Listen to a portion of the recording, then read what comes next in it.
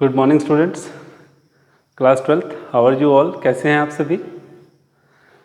हमारा इंटीग्रेशन का टॉपिक चल रहा है, that is indefinite integral, as you know. So आपको कुछ पता होगा उस बारे में कि हमने कैसे कैसे इंटीग्रेशन की शुरुआत की है, कैसे कैसे मैंने आपको बेसिक प्रॉपर्टीज़ ऑफ इंटीग्रेशन बताया है, और हैंड टू हैंड मैंने आपको बताया कि what is the difference between differentiation and integration. मतलब कैसे आप किसी फंक्शन का डिफरेंशिएशन कर रहे हो और कैसे आपको इंटीग्रेशन फंक्शंस का मिल रहा है, और जिन फंक्शंस का इंटीग्रेशन नहीं मिल रहा है हम उसके बारे में भी बात करेंगे, है ना। तो मेरा कहने का मतलब क्या है स्टूडेंट्स, आप लोगों को आई थिंक समझ में आया होगा कि कैसे कैसे हम यहाँ पर इंटीग्रेशंस को यूज़ कर रहे हैं और उनका इंटीग्रेशंस फाइंड आउट कर रहे हैं। तो बेसिकली डिफरेंस आपको पता चल गया होगा कि इंटीग्रेशन और differentiation are the reverse process of each other. बिल्कुल सही है। दूसरी बात आपने देखा कि इंटीग्रेशन और डिफरेंशिएशन में आप जो इंटीग्रेशन कर रहे हो किसी भी फंक्शंस का कर रहे हो, ऐसे डिफरेंशिएशन भी जब आप करते हो किसी फंक्शंस का ही डिफरेंशिएशन करते हो, यानी कि integration and differentiation both conditions applied on functions. Okay, both operations are applied on functions. उसके साथ साथ तीसरा पॉइंट मेरे पास ये आता है कि कैसे कैसे हमें इंटीग्रेशंस के अंदर ये पता चला। डिफरेंशिएशन में आपको याद होगा कि डिफरेंशिएशन में हमने क्या पढ़ा है, ज्योमेट्रिकली डिफरेंशिएशन का मीनिंग होता है, समझ रहे हो ना। किसी भी फंक्शन का आप डिफरेंशिएशन करते हो तो उसका मीनिंग निकलता है। मीनिंग क्या निकलता है? सीधी सी बात है यार, किसी पॉइंट पर आप slope of tangent find out कर सकते हो, याद है ना। किसी फंक्शन का डिफरेंशिएशन करके आप टेंजेंट का स्लोप फाइंड आउट करते हो कर्व के अंदर। लेकिन इंटीग्रेशन में ऐसा क्या होता है, फैमिली ऑफ कर्व रिप्रेजेंट करता है, याद है ना। याद है कि कैसे इंटीग्रेशन फैमिली ऑफ कर्व्स, मैंने आपको इंटीग्रेशन की डेफिनेशन बताया था कि कांस्टेंट की वजह से वहाँ पर कर्व जो सिंगल कर्व रिप्रेजेंट करना चाहिए वो कांस्टेंट की वजह से वहाँ पर फैमिली ऑफ कर्व्स को रिप्रेजेंट करता है, ठीक है। उसके बाद जो डिफरेंस आता है वो ये आता है कि डिफरेंशिएशन जब भी आप किसी फंक्शन का फाइंड आउट करते हो वो यूनिक होता है, लेकिन आप किसी भी फंक्शन का इंटीग्रेशन फाइंड आउट करते हो वो यूनिक नहीं होता। वो एक्चुअली होता क्या है कि एक ही फंक्शन के, यानी कि आप देखेंगे एक ही फंक्शन का जब इंटीग्रेशन कर रहे हैं तो उसके दो आंसर निकल के आते हैं। I mean to say that कि वो कांस्टेंट से डिफर तो होता ही होता है, समझ रहे हो ना। कि जैसे मैं यूनिक बोल दूँ कि हाँ ये यूनिक है, लेकिन कांस्टेंट में आपको पता है कांस्टेंट की वजह से आप वैल्यूज पुट करते जाओगे तो जो इंटीग्रेशन जब निकलता है किसी फंक्शन का तो वो यूनिक नहीं रहता, ठीक है ना। तो ये पॉइंट्स आपको समझने हैं। तो स्टूडेंट्स ये सब चीज़ें आपने पढ़ी। हाँ, एक चीज़ और, डिफरेंशिएशन में आपने लिमिट का यूज़ पढ़ा, बिल्कुल पढ़ा आपने। Differentiability of the function at a point पढ़ा है, देखा आपने वहाँ पर हमने कैसे लिमिट्स का यूज़ किया। ऐसे ही इंटीग्रेशन भी जब किसी का फंक्शन का होता है तो उसमें भी लिमिट्स का इन्वॉल्वमेंट होता है, ठीक है। अब आगे पढ़ेंगे कि कैसे जब इंटीग्रेशन में इनडेफिनेट इंटीग्रल में लिमिट्स का इन्वॉल्वमेंट आ जाता है तो इनडेफिनेट इंटीग्रल डेफिनेट इंटीग्रल में कन्वर्ट हो जाता है, ठीक है। So let's start our next topic कि how many methods are there to do the integration of the function. So first of all we have the method of integration, that is integration by substitution. Second method है integration by parts, and the third one is integration of rational algebraic functions by partial fractions.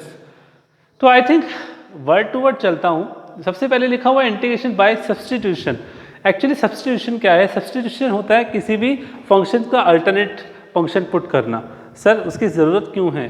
क्योंकि substitution की ज़रूरत इसलिए पड़ती है कि आपको direct function की फॉर्म ना मिले, तो उस केस में सब्सटीट्यूशन हमें ध्यान रखना पड़ता है। मैं आपको बताऊंगा, आपको मेथड बताऊंगा कि कैसे यहाँ पर सब्सटीट्यूशन काम आने वाला है। बड़ा मज़ा आएगा, ध्यान से पढ़िएगा, ठीक है। दूसरा है आपके पास इंटीग्रेशन बाय पार्ट्स। आपने प्रोडक्ट रूल पढ़ा है डिफरेंशिएशन के अंदर, पढ़ा है ना। प्रोडक्ट रूल होता था u into V. Actually product rule में जब आप u इंटू वी लगाते हो तो u इंटू वी तो आपको पता है u एज टी वी का डेरिवेटिव प्लस v एज टी u का डेरिवेटिव। ऐसे ही इंटीग्रेशन जब दो प्रोडक्ट फंक्शंस का होता है, यानी कि जब दो फंक्शंस प्रोडक्ट में होते हैं और उनका जब इंटीग्रेशन निकालना होता है तो वहाँ पर भी प्रोडक्ट रूल अप्लाई होता है, that is called integration by parts. लेकिन वहाँ पर एक कंडीशन होती है, क्या कि आपने देखा कि डिफरेंशिएशन में कोई दिक्कत नहीं थी। डिफरेंशिएशन जब u इंटू वी आया, कोई पहला तो वो u, सेकंड आया तो v। लेकिन इंटीग्रेशन जो होता है वो देख कर करना पड़ता है कि किसको u लेना है किसको v लेना है। u इंटू वी तो यहाँ भी लगेगा, that is why it is called integration by parts, okay. और तीसरा है integration of rational algebraic function, जिसने इस वर्ड पे जोर दिया है एल्जेब्रिक, क्लियर, कि आपका जो फंक्शन रेशनल फंक्शन है okay P x over Q x, but that should be algebraic. और एल्जेब्रिक का मतलब क्या है कि यहाँ पर आपको सिर्फ एल्जेब्रिक फंक्शंस ही लेने हैं, ना तो ट्रिग्नोमेट्रिक फॉर्म आएगी और ना ही आपकी एक्सपोनेंशियल फॉर्म है, व्हाटएवर जो फॉर्म है उन सब को अवॉइड करके हमें एल्जेब्रिक फंक्शंस जो रेशनल फंक्शंस आते हैं उनका इंटीग्रेशन निकालना है बाय पार्शियल फ्रैक्शन। पार्शियल होता है अलग अलग, मतलब उनको हम कैसे फ्रैक्शंस में अलग अलग डिवाइड करेंगे और कैसे इसको सॉल्व करेंगे वो सब आप यहाँ देखोगे। एक चीज़ मैं आपको कहना चाहूँगा कि स्टूडेंट कुछ फंक्शंस ऐसे होते हैं जिनका इंटीग्रेशन पॉसिबल नहीं होता, ठीक है, तो इस बात का ध्यान रखना है आपको, ओके, कि कुछ फंक्शंस ऐसे होते हैं जिनका इंटीग्रेशन पॉसिबल ही नहीं है, क्लियर, जैसे कुछ फंक्शंस का डिफरेंशिएशन पॉसिबल नहीं है, ओके, याद दे रहा हूँ आपको, जैसे आपको कोई बोल से ग्रेटेस्ट इंटीजर फंक्शन का डिफरेंशिएशन बताओ तो आपको पता है उसकी डिफरेंशिएबिलिटी किसी पर्टिकुलर पॉइंट पे चेक होती है, क्लियर है ना। ऐसे ही इंटीग्रेशंस होते हैं कुछ फंक्शंस के कि कुछ फंक्शंस के इंटीग्रेशन भी फाइंड आउट नहीं किए जा सकते, ठीक है। तो इसी बिहाफ पर हम चलते हैं, हम अपना मेथड शुरू करते हैं। पहला मेथड है इंटीग्रेशन बाय सब्स्टिट्यूशन, ओके। तो मैं स्टार्ट करता हूँ इसको, देखिए ध्यान से। ये स्टूडेंट्स यहाँ दो मेथड है। फर्स्ट मेथड देखिए क्या है कि फंक्शन की, ध्यान से देखिए, फर्स्ट टाइप मैं आपको बता रहा हूँ method of substitution. Method of substitution में फर्स्ट टाइप क्या है कि फंक्शन की पावर n है, ठीक है, और फंक्शन का डेरिवेटिव साथ में गिवन है। अगर आपको एज इट इज ये फॉर्म मिल जाती है, मतलब आपको ये पता लगाना है दिए गए क्वेश्चन में कि फंक्शन कौन है और उसका डेरिवेटिव कौन है। मतलब डेरिवेटिव के ऊपर कोई पावर नहीं होगी, पावर किस पर होगी, फंक्शन पर। अगर आपको ये फॉर्म मिल जाती है तो उसका इंटीग्रेशन क्या होगा, दैट इज फंक्शन की whole power n+1 over n+1 plus c तो लगेगा ही लगेगा। और दूसरी बात n+1 means n can not be -1, तो यहाँ आपको ध्यान रखना है कि n क्या नहीं हो सकता, -1 नहीं हो सकता, बिकॉज नीचे जीरो नहीं आना चाहिए ना, ऑफकोर्स सीधी सी बात है। सो जो ये है इसका इंटीग्रेशन, मतलब आपको अगर ये फॉर्म मिल जाती है तो उसका इंटीग्रेशन ये होगा। बिल्कुल सही है सर, बिल्कुल सही बात है। सेकेंड टाइप, अगर मैंने कहा कि n-1 नहीं है तो ध्यान से देखिए, यहाँ पर फंक्शन की पावर n-1 नहीं होना चाहिए। अगर -1 होता है वो नीचे आ जाएगा, समझ रहे हो, -1 का मतलब अगर n = -1 हुआ तो -1 means that become in the denominator and the f'(x) is in the numerator, तो f'(x) ओवर fx, तो this is another form, okay. If the function in the denominator and the derivative of it is in the numerator, then this form is formed. If this form is get in this question, then the integration of it log of mod of fx, मतलब उस function का log हो जाएगा plus c हो जाएगा। बशर्ते ध्यान रखना है यहाँ n की वैल्यू -1 नहीं थी, ओके, यहाँ पर n की वैल्यू -1 है, क्योंकि -1 रखो ना, ये होल पावर ऊपर आके -1 नहीं हो जाएगा, तो नीचे ले आओ ना उसका, दिस इज द फॉर्म कि फंक्शन है ऊपर उसका डेरिवेटिव है, तो वो उसका आंसर हो जाएगा। अब मैं इस बात को क्वेश्चन से आपको बताना चाहूँगा, थोड़ा ध्यान से देखना है बच्चों। अभी जो हमने फॉर्मूलाज किए उस फॉर्मूलाज में आपने ऑब्जर्व किया होगा कि हमें sin x का इंटीग्रेशन मिला -cos x, cos x का इंटीग्रेशन मिला -sin x, but tan x का इंटीग्रेशन नहीं मिला, क्लियर। अब tan x का इंटीग्रेशन नहीं मिला तो वो कैसे आएगा sir, let's have a look. यहाँ देखिए आप, अब ये जो tan x का इंटीग्रेशन है वो इस मेथड से ही आएगा, मेथड ऑफ सब्स्टिट्यूशन। चाहता तो मैं आपको डायरेक्ट भी बता सकता था, लेकिन अब मैं आपको एक्सप्लेन करके बताऊंगा कि tan x का इंटीग्रेशन ऐसा कैसे आएगा। First of all tan x है, उसको आप क्या ले सकते हो, sin x over cos x। ध्यान रखिएगा स्टूडेंट, इंटीग्रेशन सिर्फ प्लस और माइनस में ही डिस्ट्रीब्यूट होता है, ऐसे मल्टीप्लाई और डिवाइड में डायरेक्ट डिस्ट्रीब्यूट नहीं होता। आपको डिफरेंशिएशन भी याद होगा, जैसे u और v का डिफरेंशिएशन करते हो तो u ओवर v का फॉर्मूला होता है कोशेंट रूल, u/v, है ना। तो वहाँ भी आप डिफरेंशिएशन में भी देखते हो कि डिफरेंशिएशन कभी भी न्यूमरेटर का और डिनोमिनेटर का अलग अलग नहीं होता, वो एक मेथड के थ्रू होता है। The same procedure is here, यहाँ पर sin x over cos x है। अब आपको देखना है, ध्यान से देखिएगा, क्वेश्चन होना चाहिए ऑफ कोर्स। यहाँ देखो स्टूडेंट, ये जो क्वेश्चन है, ये जो फॉर्म है कंप्लीट, ये किसको फॉलो कर रही है, वो इस रूल को फॉलो कर रही है। कैसे फॉलो कर रही है, यहाँ नीचे फंक्शन है, ये फंक्शन f(x) है और मैंने यहाँ फंक्शन ऑफ f(x) मान लिया cos x, ठीक है। अब cos x का डेरिवेटिव होता है -sin x, ठीक है, यहाँ क्या है, प्लस sin x है, तो माइनस से मल्टीप्लाई मैंने कर दिया और माइनस से बाहर करके दिखा दिया। तो अब देखिए कि क्या मेरे पास ये फॉर्म नहीं आ गई, विच वन, कि नीचे फंक्शन है ऊपर उसका डेरिवेटिव है, बिल्कुल आगे सर, कोई परेशानी नहीं है। तो उसका इंटीग्रेशन क्या होगा, दैट इज माइनस तो बाहर है ही, log of cos x, plus भी क्या है सी। बोलिए एग्री करते नहीं करते इस बात से? बिल्कुल आपको करना पड़ेगा भाई। क्या देखा आपने कि cos x का डिफरेंशिएशन, क्योंकि हमें फॉर्म चाहिए, इंटीग्रेशन के अंदर की बात कर रहा हूँ कि फंक्शन के साथ उसका अगर डेरिवेटिव मौजूद है तो उस केस में फंक्शन नीचे डेरिवेटिव ऊपर, तो वो पूरा का पूरा जो इंटीग्रेशन उसका होगा वो क्या होगा, log ऑफ एफ एक्स। तो this is a condition. Okay, तो यहाँ पर आपने देखा cos x है, उसका डिफरेंशिएशन माइनस साइन एक्स होता है, बट यहाँ साइन एक्स था तो क्या किया, माइनस से अपनी तरफ से मल्टीप्लाई किया कर सकते हैं और माइनस बाहर रख दिया, तो ये क्या फॉर्म बन गई, that is log cos x plus C. तो आप याद कर सकते हैं कि 10x का जो इंटीग्रेशन है वो क्या है, log cos x प्लस सी है। ओके स्टूडेंट्स, और साथ के साथ माइनस का अगर आपको हटाना है तो आप ये कह सकते हो कि सर क्या मैं इसको ऐसे लिख सकता हूँ, ध्यान से देखिएगा,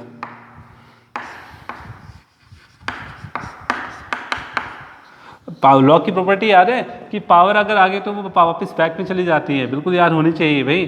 तो मैं माइनस, यहाँ -1 है उसको मैं पावर में ले गया इसके लॉग के उसमें, log m की पावर n। तो आपको पता है cos x की होल पावर -1 का मतलब क्या है, 1/cos x। 1/cos x का मतलब log of second x plus C. दिख रहा है आपको? तो दिस इज अनदर इंटीग्रेशन। तो आपने देखा मैं जो इंटीग्रेशन की डेफिनेशन बोल रहा था वो ये तो बोल रहा था कि एक ही फंक्शन के दो इंटीग्रेशन निकल जाएंगे, बशर्ते वो कांस्टेंट से डिफर तो करते ही है। 10x का integration minus log cos x भी होता है और 10x का इंटीग्रेशन log सेकेंड x भी होता है। ओके, आई होप आपको समझ में आया होगा।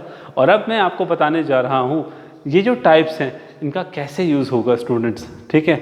ये तो समझ में आ गया कि मेथड ऑफ सब्स्टिट्यूशन को क्या चाहिए, उसको आइडेंटिफाई करना है कि which one is function and which one is it's derivative. अगर ये मेथड आपको कवर करना है तो आपको ये दोनों कंडीशंस याद होने चाहिए, मतलब आपको फंक्शन का सिंपल डेरिवेटिव है बच्चों, सिंपल डेरिवेटिव पता होना चाहिए। Just you have to search out which one is the function and which one is the derivative. Okay, let's have a look right now.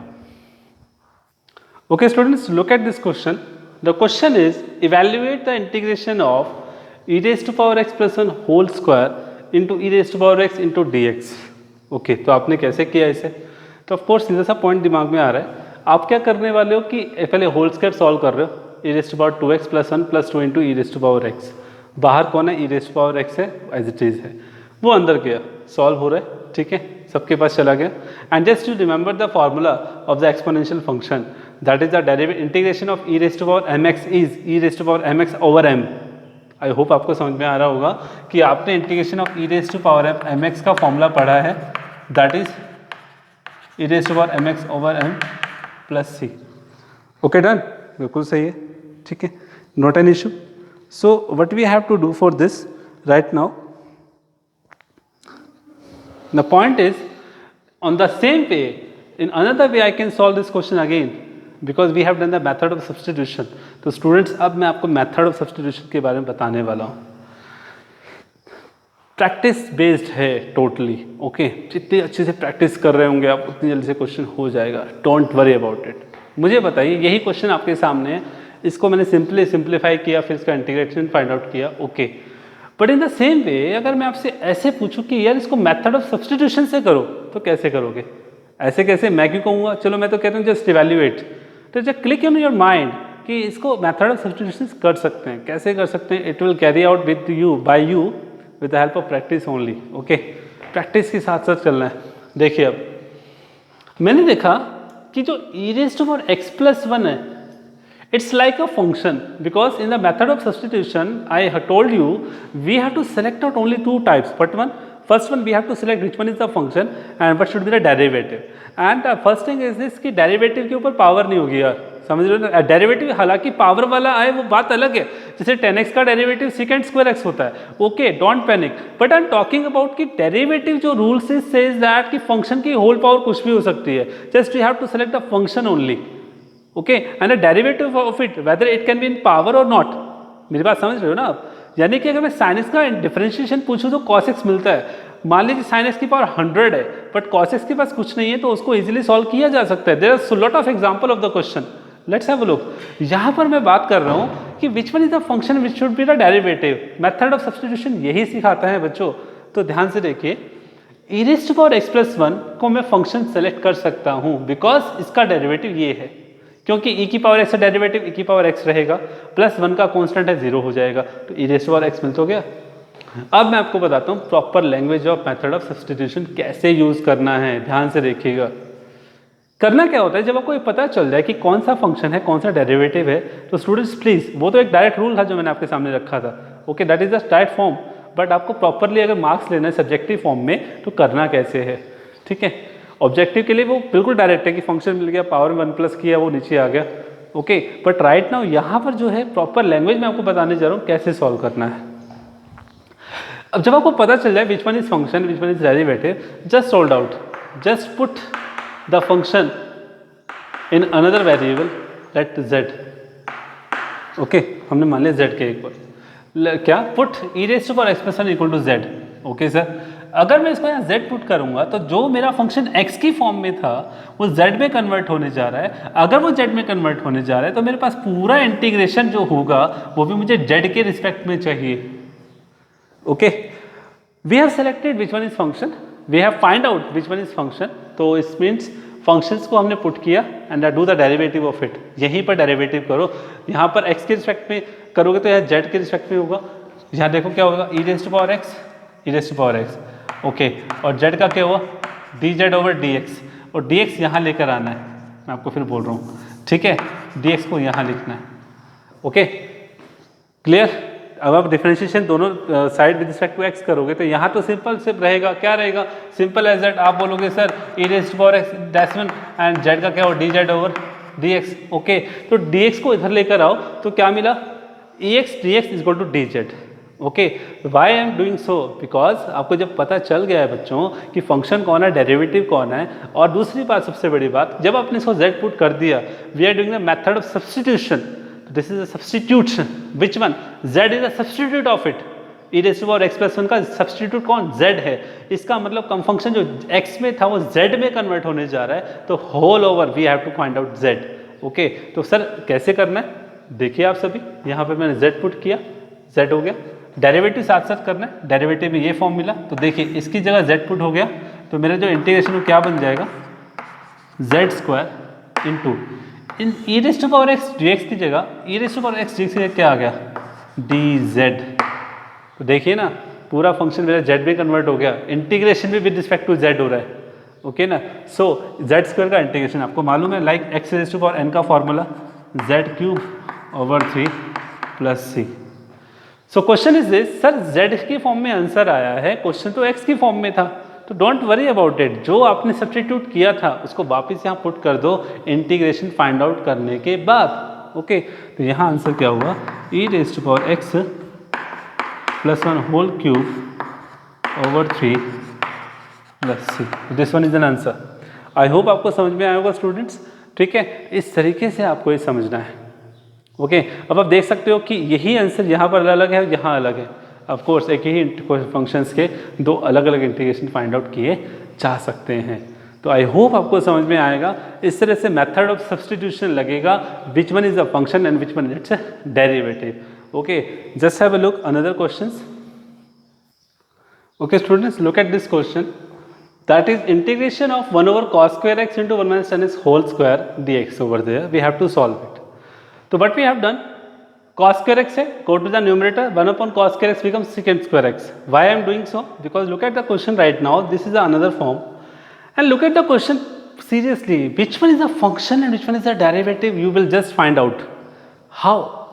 secant square x है, देखिए 1 minus tan x है, 1 minus tan x, minus plus की परेशानी मत लेना, सिर्फ और सिर्फ फंक्शन और उसके डेरिवेटिव पर फोकस कीजिएगा।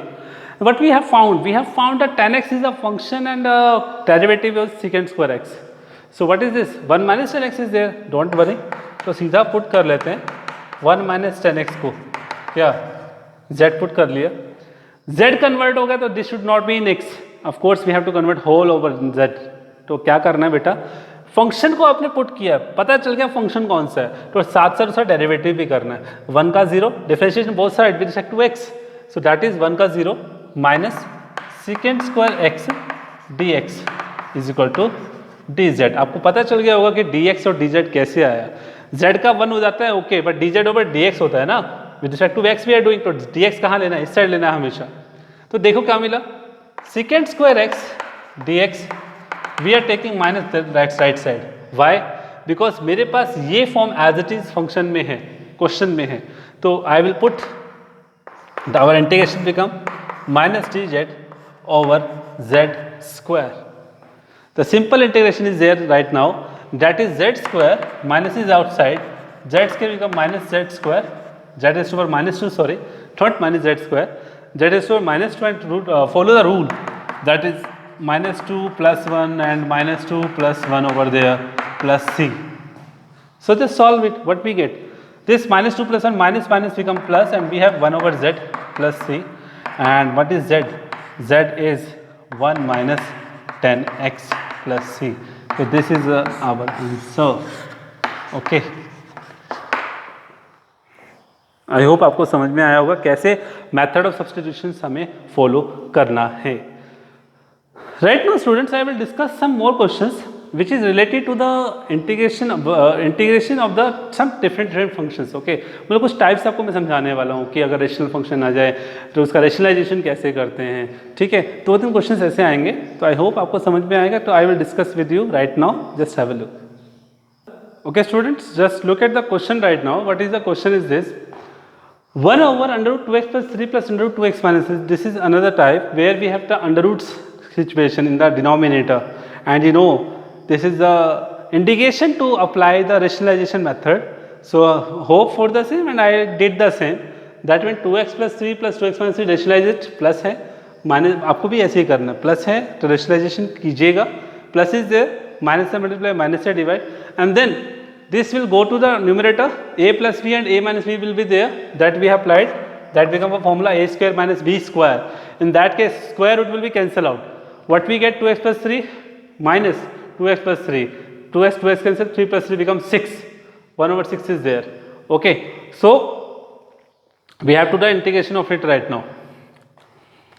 Look at this, these two functions are there, integration over there, distribute over there, and first one 2x plus 3 whole power 1 by 2, this both integration follow the rule ax plus b whole power n, linear function in the base and the power should be any power. Okay, power कुछ भी हो सकती है, fraction में हो सकती है, but n can not be -1, n can not be -1.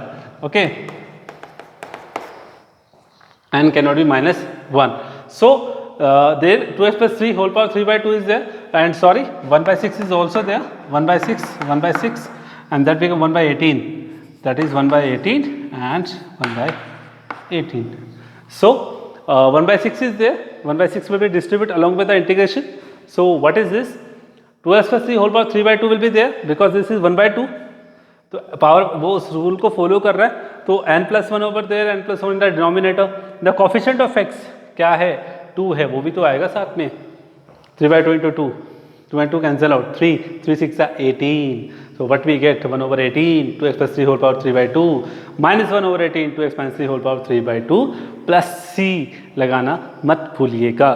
Okay, I hope आपको ये क्वेश्चन समझ में आ रहे होंगे, एंड आई होप आप इसकी प्रैक्टिस कीजिएगा कि कैसे कैसे हमें इंटीग्रेशंस और बाय सब्स्टिट्यूशंस का यूज़ करके डिफरेंट फंक्शंस के इंटीग्रेशंस फाइंड आउट करने हैं.